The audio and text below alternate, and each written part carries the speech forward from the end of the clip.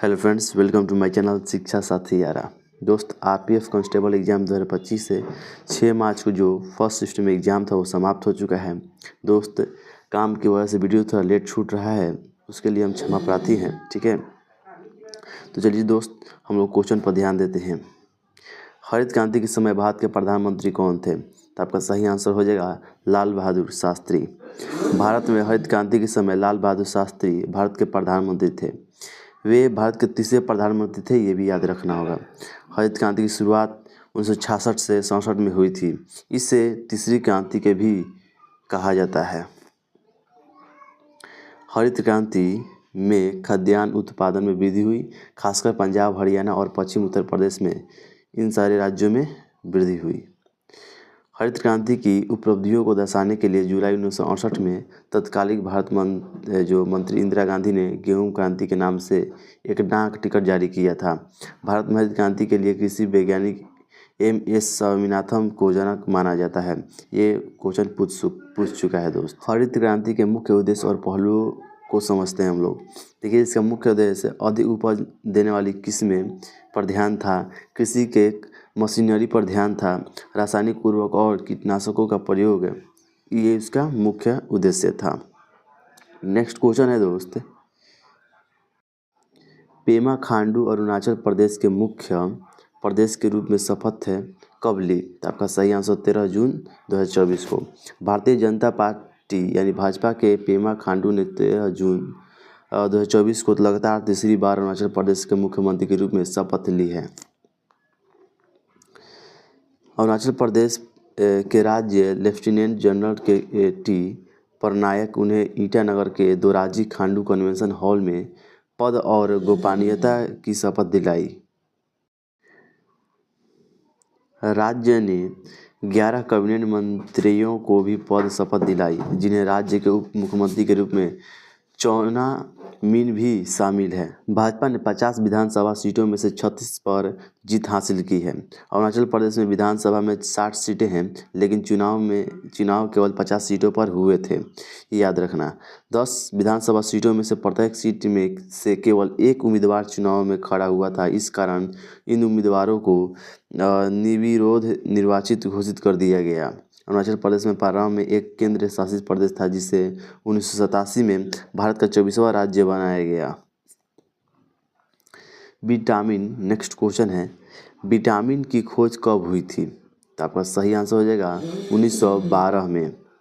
स्वास्थ्य और रोग के बारे में हमारी समझ, विटामिन की खोज एक प्रमुख वैज्ञानिक उपलब्धियां थी। 1912 में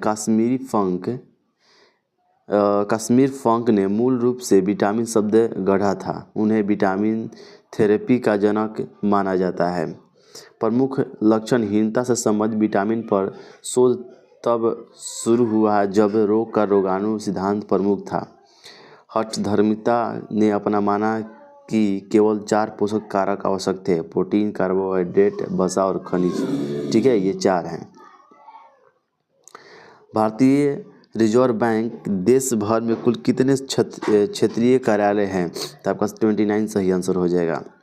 भारतीय रिजर्व बैंक के देश में भर में कुल 29 क्षेत्रीय कार्यालय हैं। ज़्यादातर कार्यालय राज्यों के राजधानियों में स्थित है। ये कार्यालय क्षेत्रीय स्तर पर आरबीआई के कामकाज में अहम भूमिका निभाते हैं। आरबीआई केंद्रीय कार्यकाल की शुरुआत कोलकाता में हुई थी। ठीक है, इसकी पहली कार्यकाल की जो शुरुआत हुई थी वो कोलकाता में हुई थी।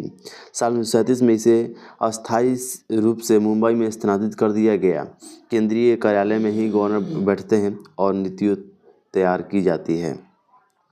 आरबीआई की स्थापना 1 अप्रैल 1935 को reserve bank of India act 1934 के तहत हुई थी, ये भी आपको याद रखना है। नेक्स्ट क्वेश्चन पर ध्यान देते हैं हम लोग। 2024 में पीएम मोदी ने कितने देश की यात्रा की थी? तो आपका सही आंसर हो जाएगा 15 देशों की यात्रा की थी हमारे प्यारे नरेंद्र मोदी ने। प्रधानमंत्री नरेंद्र मोदी ने इस पूरे साल 15 देश की यात्रा की है और भारत के साथ साथ उनके संबंध मजबूत किए हैं। प्रधानमंत्री नरेंद्र मोदी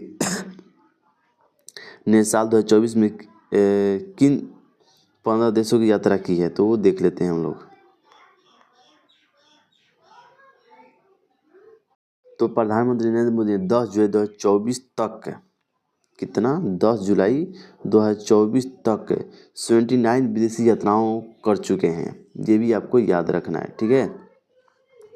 भारत को संविधान निर्माता सबसे ज़्यादा सहयोग और प्रेरणा किस देश से मिली है? तो हमारा सही आंसर हो जाएगा ब्रिटेन से। थोड़ा समझते हैं इसको। ब्रिटेन सहयोग से, ठीक है, ब्रिटेन से भारत को संविधान निर्माण में सबसे ज़्यादा सहयोग और प्रेरणा मिली थी। खासकर संविधान की संरचना और कानूनी व्यवस्था को मामले में हमें सहयोग मिला था। भारत का संविधान ब्रिटिश संविधान से कई पहलुओं को प्रभावित था। भारत का संविधान संसदीय प्रणाली से प्रेरित था जो ब्रिटेन में लागू है। ब्रिटिश मोनार्की और संवैधानिक प्रथाओं ने भारतीय संविधान में संरचना और संचालन के लिए मार्गदर्शन किया। कानूनी व्यवस्था और अधिकारों की सुरक्षा में ब्रिटिश प्रभाव बहुत महत्वपूर्ण था, जैसे कि कानूनी परंपराएं और फ्रीडम ऑफ स्पीच की अवधारणाएं। नेक्स्ट क्वेश्चन है, भारतीय संविधान का अनुच्छेद 40 किससे संबंधित है? तो आपका सही आंसर है ग्राम पंचायत से। भारतीय संविधान का अनुच्छेद 40 ग्राम पंचायत से संबंधित है। यह प्रकट करता है कि राज्य ग्राम पंचायतों को व्यवस्थित करने के लिए कदम उठाएगा। यह उन्हें एक ऐसी शक्ति और अधिकारी से संपन्न करता है जो उन्हें स्वशासन निकायों के रूप में कार्य करने का सक्षम बनाएंगे। नेक्स्ट क्वेश्चन है, 2011 की जनगणना के अनुसार भारत में पुरुष साक्षरता दर क्या है? तो 82.14, ठीक है, 82.14 आप लोग मारे हैं तो आपका सही है। साक्षरता जनसंख्या का ही एक बहुत ही महत्वपूर्ण गुण है। साक्षरता का निम्न स्तर आर्थिक सुधार में एक गंभीर बाधा है। 2011 की जनगणना के अनुसार 7 वर्ष और उससे अधिक आयु का व्यक्ति जो किसी भी भाषा में समझ के साथ पढ़ और लिख सकता है साक्षर माना जाता है। अब ध्यान देते हैं हम लोग भारत की साक्षरता विशेष जनगणना 2011 के अनुसार। 2011 की जनगणना के परिणामों से पता चलता है कि देश में साक्षरता में वृद्धि हुई है। देश में साक्षरता दर 74.04% है। अधिक सटीक रूप से पुरुषों के लिए 82.14% और महिलाओं के लिए 65.46% है। 9 नंबर क्वेश्चन है, झांसी की रानी लक्ष्मीबाई का जन्म कहाँ हुआ था? तो आपका सही आंसर हो जाएगा वाराणसी, उत्तर प्रदेश। झांसी की रानी लक्ष्मीबाई का जन्म 19 नवंबर 1828 को वाराणसी के अस्सी घाट में हुआ था। ये भी आपको याद रखना होगा, अस्सी घाट में। उनका जन्म एक मराठी करहरे ब्राह्मण परिवार में हुआ था। उनके पिता का नाम मोरोपंत तांबे और माँ का नाम था भागीरथी बाई। उनके बचपन का नाम था मणिकर्णिका था, लेकिन प्यार से उन्हें मन्नू कहा जाता था। साल 1842 में उनकी शादी झांसी के राजा गंगाधर राव से हुई थी। साल 1891 में रानी लक्ष्मीबाई का एक बेटे का जन्म दिया जिसका नाम था दामोदर राव। नेक्स्ट क्वेश्चन है, 2024 में रेपो रेट कितने प्रतिशत थी? तो आपका सही आंसर होगा 6.50%। नेक्स्ट क्वेश्चन है, 1857 की क्रांति में गोरखपुर से किसने नेतृत्व किया था? तो मोहम्मद हसन और बाबू बंधु सिंह। ये 5 तारीख को भी पूछा था। तो इससे हम फैक्ट देखते हैं, हो सकता है जो 7 तारीख को आने वाला है डेट्स है उस पर ये पूछ दे। 1857 क्रांति में गोरखपुर से मोहम्मद हसन और बाबू बंधु सिंह ने नेतृत्व किया था। गोरखपुर के मोहम्मद हसन ने अंग्रेजों के खिलाफ लड़ाई लड़ी थी। उन्होंने शासन के एक नियुक्ति व्यक्ति के रूप में अपना सत्ता स्थापित की थी। हसन का शासन इस क्षेत्र में केवल 6 महीने तक चला। नेक्स्ट क्वेश्चन पर हम देते हैं ध्यान। इनमें से कौन समांगी मिश्रण का उदाहरण है? आपके 4 ऑप्शन दिए गए थे, अब पता नहीं आपके ऑप्शन क्या थे, लेकिन होगा अगर कार्बन डाइऑक्साइड और पानी तो आपका सही आंसर हो जाएगा। कार्बन डाइऑक्साइड और पानी मिलकर एक समांगी मिश्रण बनाते हैं। इससे सोडा वाटर के नाम से भी जाना जाता है। कार्बन डाइऑक्साइड और पानी के मिश्रण की विशेषताएं देख लेते हैं हम लोग। कार्बन डाइऑक्साइड और गैस पानी में घुलकर एक सजातीय मिश्रण बनाती हैं। कार्बन डाइऑक्साइड पानी में ऑक्सीजन की तुलना में 200 गुना सबसे ज़्यादा आसानी से घुलती है। नेक्स्ट क्वेश्चन है, अकबर का राजस्व मंत्री कौन था? तो टोडरमल उसका राजस्व मंत्री था। ठीक है। सम्राट अकबर के शासनकाल के दौरान टोडरमल ने मुगल साम्राज्य के राजस्व मंत्री के रूप में कार्य किया था। उन्होंने संयुक्त वजीर और वकील हल सल्तनत दोनों के रूप में कार्य किया था। वह 4000 का मनसबदार था और मुगल साम्राज्य में सबसे प्रमुख राजा में से एक था। उन्होंने अकबर के 9 रत्नों में से एक के रूप में सेवा की है। ठीक है, उनके 9 रत्न थे जिसमें से वो एक थे। टोडरमल के अधीन 15 और विद्वान थे जिन्हें अकबर ने 15 सूबों के लिए नामांकित किया था। ठीक है, इनके और 15 जो है विद्वान थे इनके दरबार में, जिन्हें वो सूबों कहकर पुकारते थे। नेक्स्ट क्वेश्चन है, something happen on the way to heaven किताब किसकी है? तो आपका सही आंसर हो जाएगा सुधा मूर्ति की। Something happen on the way to heaven किताब के बारे में बात कर रहे हैं। यह किताब सुधा मूर्ति द्वारा लिखी गई है। यह किताब 20 प्रेरणादायक और सच्ची जीवन की कहानियों का संग्रह है जो आशा, विश्वास, दया और खुशी को दर्शाती है।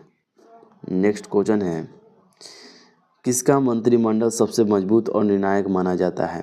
तो आपका ये रणनीति की बात कर रहा है। आपके 4 ऑप्शन दिए गए थे, उनमें से आपका सही आंसर है इंदिरा गांधी। मंत्रिमंडल की ताकत और निर्णायक फैसले को देखें तो इंदिरा गांधी का मंत्रिमंडल सबसे मजबूत और निर्णायक माना जाता है। उन्होंने अपने शासन में कई ऐतिहासिक फैसले किए जिनसे देश की राजनीति और अर्थव्यवस्था पर गहरा असर पड़ा। इंदिरा गांधी का मंत्रिमंडल सबसे मजबूत और निर्णायक माना जाता है। ठीक है। नेक्स्ट क्वेश्चन है, हरित क्रांति का दुष्प्रभाव क्या है?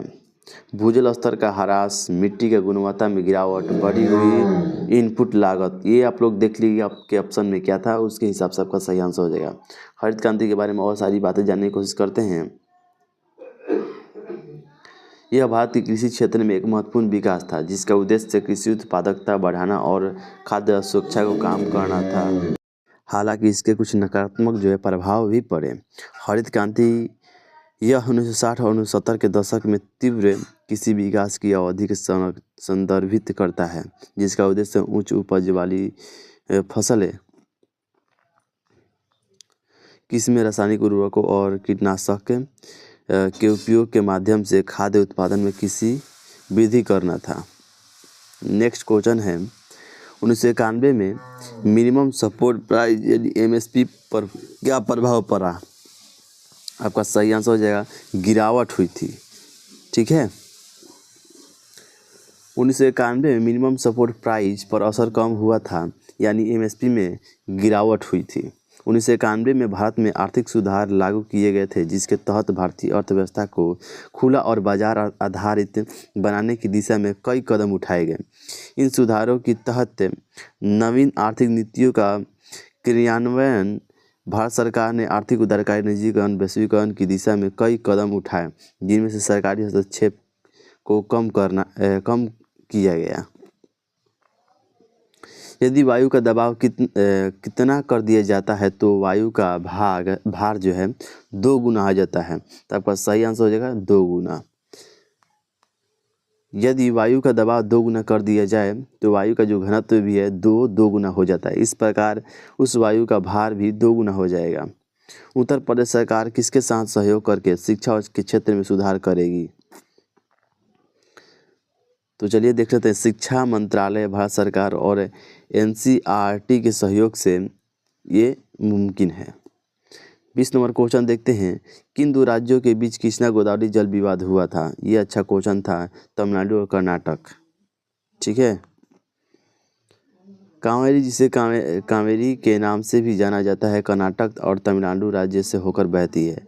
कावेरी नदी कर्नाटक राज्य के कोडागु जिले के पश्चिम घाट में ब्रह्मगिरी श्रेणी में जो है तल कावेरी में समुद्र तल से 1341 मीटर ऊंचाई पर और बंगाल की खाड़ी में आने से लगभग 800 किलोमीटर पहले बहती है। नेक्स्ट क्वेश्चन है, संविधान में पूर्ण रूप से मौलिक अधिकार की सबसे पहले मांग किसने की थी? तो आपका सही आंसर है नेहरू आयोग। भारत में मौलिक अधिकारों की मांग सबसे पहले नेहरू आयोग ने की थी। यह आयोग साल 1928 में बना था। इसमें भारतीय राजनीतिक दलों के प्रतिनिधित्व शामिल थे। नेक्स्ट क्वेश्चन है फिजिक्स से। स्नेल का नियम किससे संबंधित है? तो पतन और अपवर्तन कोण को, ठीक है, परावर्तन है ये। परावर्तन और अपवर्तन कोणों को सम्मिलित माध्यम के अपवर्तन के सूचकांकों से संबंधित करना, ठीक है। स्नेल का नियम प्रकाश या अन्य तरंगों के अपवर्तन से जुड़ा है, ठीक है। यह नियम आपतन और अपवर्तन, ठीक है, वो आपतन कोण था जो ऊपर था, वो आपतन कोण था, न कि परावर्तन कोण के बीच के संबंध को बताता है और इससे अपवर्तन का भी नियम कहा जाता है। भारत के केंद्र शासित प्रदेश में लक्षद्वीप में कुल कितने जिले हैं? एक ही जिले हैं, ठीक है। भारत के केंद्र शासित में प्रदेश में लक्षद्वीप, ठीक है, रिपीट अगेन, भारत के केंद्र शासित प्रदेश लक्षद्वीप में एक ही जिला है। यह एक यूनिट डिस्ट्रिक्ट केंद्र शासित प्रदेश है। लक्षद्वीप की राजधानी कावरत्ती है, ठीक है। छत्रपति शिवाजी से वंश के थे, मतलब छत्रपति शिवाजी किस वंश के थे? तो ये मराठा वंश के थे। छत्रपति शिवाजी महाराज भोसले मराठा वंश के थे। छत्रपति शिवाजी महाराज का जन्म 19 फरवरी 1630 को सिवनेर के पहाड़ी किले में हुआ था। उनके पिता का नाम शाहजी भोसले और माँ का नाम जीजाबाई था।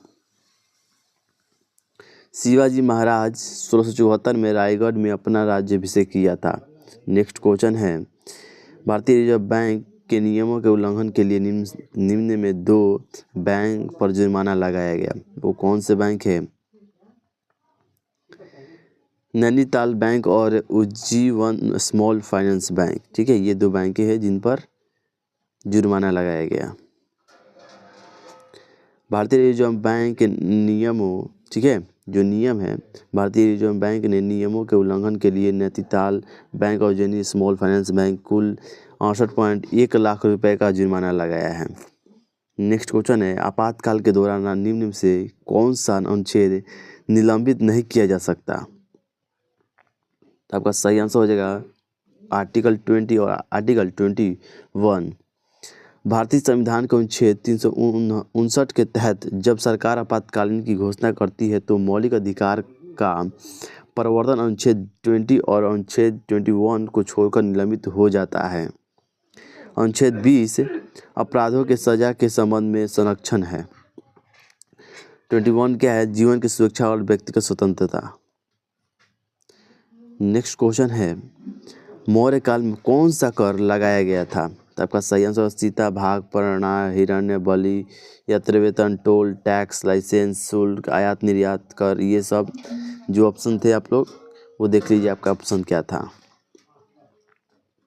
मौर्य काल में कई तरह के कर लगाए जाते हैं, जैसे कि सीता भाग, प्रणाय, हिरण्य बलि, यात्री वेतन, टोल टैक्स, लाइसेंस शुल्क या आयात निर्यात कर, ये सारे के सारे मौर्य काल में लगाए जाते थे। तो आपका ऑप्शन क्या था आप लोगों ढूंढ लीजिएगा। क्विंटल किसको नापने का एक मात्रक है? तो आपका सही आंसर है वजन का। वजन को नापने क्विंटल, 100 kg को 1 क्विंटल कहा जाता है, आप लोगों को पता होगा।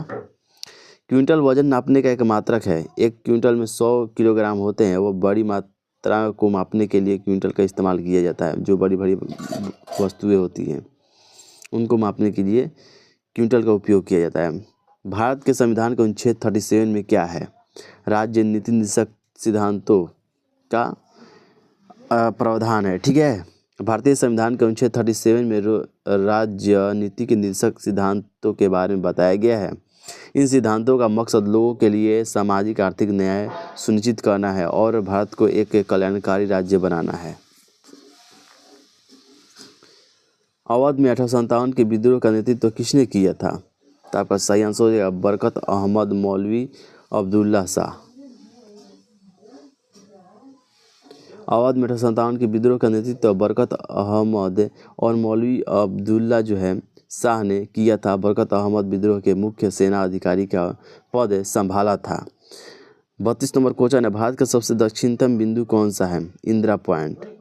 और उत्तरी सबसे बिंदु कौन सा है, ये आप लोग कमेंट में बताइएगा।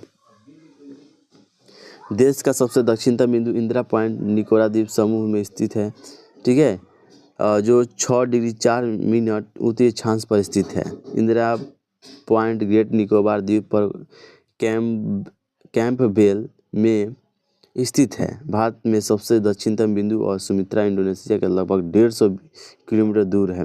ग्रेट निकोबार तहसील में स्थित है, ये भी आपको जानना जरूरी था। देखिए, अक्टूबर 2024 के करेंट जो है उससे क्वेश्चन पूछे थे, लेकिन क्वेश्चन एग्जैक्ट क्या था वो नहीं मालूम, ठीक है। तो आप लोग को मालूम है तो आप लोग कमेंट में बता दीजिएगा ये पूरी की पूरी क्वेश्चन क्या था। ग्रैमी पुरस्कार पाने वाला तमिलनाडु के कलाकार AR रहमान का संबंध किससे है? तो ये एक संगीतकार है। आप लोग AR रहमान, अरिजीत सिंह के नाम सुने होंगे, ये सब सिंगर है, ठीक है, कंपोजिटर है, ठीक है, ये सब ध्यान रखिएगा। AR रहमान एक भारतीय संगीतकार है और उन्होंने ग्रैमी पुरस्कार जीता है। उनका जन्म तमिलनाडु के चेन्नई में हुआ था। उनका पूरा नाम अल्लाह रखा रहमान है। उन्होंने मुख्य रूप से हिंदी और तमिल फिल्मों में संगीत दिया है। 35 नंबर क्वेश्चन है, भारतीय संविधान का अनुच्छेद 356 किसके बारे में है? ये राष्ट्रपति को किसी राज्य का प्रत्यक्ष नियंत्रण लेने को अनुमति देता है यदि राज्य सरकार संवैधानिक रूप से कार्य करने में असमर्थ है। भारतीय संविधान का अनुच्छेद 356 राष्ट्रपति को किसी राज्य का प्रत्यक्ष नियंत्रण लेने की अनुमति देता है यदि राज्य सरकार संवैधानिक रूप से वो नियम लेने में पॉइंट करने में असमर्थ है। तो इस राष्ट्रपति शासन राज्य आपातकालीन या संवैधानिक आपातकालीन के नाम से भी जाना जाता है। देखिए 36 1991 से करके ऐसा कुछ प्रश्न था, लेकिन हमें प्रश्न एग्जैक्ट क्या था वो तो नहीं मालूम। अगर आपको मालूम है तो आप लोग कमेंट के माध्यम से बता सकते हैं। 37 गैस का आयतन 2 गुना कर देते हैं तो गैस का दबाव किस प्रकार प्रभावित होगा? तो बढ़ जाएगा या कम हो जाएगा या 2 गुना हो जाएगा? तो इसका जो आंसर हो जाएगा इसका आधा हो जाएगा, ठीक है, ये आपके ऑप्शंस थे। तो इसका आंसर जो हो जाएगा आधा हो जाएगा। जो इसका प्रेशर है, प्रेशराइज हो जाएगा, वो आधा हो जाएगा। देखिए यहाँ पर थोड़ा समझते हैं हम लोग। अगर किसी गैस का आयतन 2 गुना कर दिया जाए तो उसका दबाव आधा हो जाएगा। यह बात स्थिर तापमान पर लागू होता है। नेक्स्ट क्वेश्चन है, नीति निर्देशक के प्रति जिम्मेदार हैं? तो राष्ट्र और जनता दोनों के प्रति। नीति निर्देशक तत्व मुख्य रूप से राष्ट्र और जनता दोनों के प्रति जिम्मेदार होते हैं, लेकिन इनका प्रमुख उद्देश्य जनता की भलाई और सामाजिक न्याय सुनिश्चित करना है। ये सरकार को नीति निर्धारण में मार्गदर्शन करते हैं ताकि देश में हर नागरिक को समान अवसर मिल सके और उनका समग्र विकास हो सके। दोस्त, हमें इतना ही क्वेश्चन मिला था। अगर आप इस चैनल पर नए हो तो प्लीज़ चैनल को सब्सक्राइब कर लीजिएगा और वीडियो को लाइक करके एक शेयर कर दीजिएगा। मिलते हैं नेक्स्ट वीडियो में, तब तक के लिए जय हिंद दोस्तों।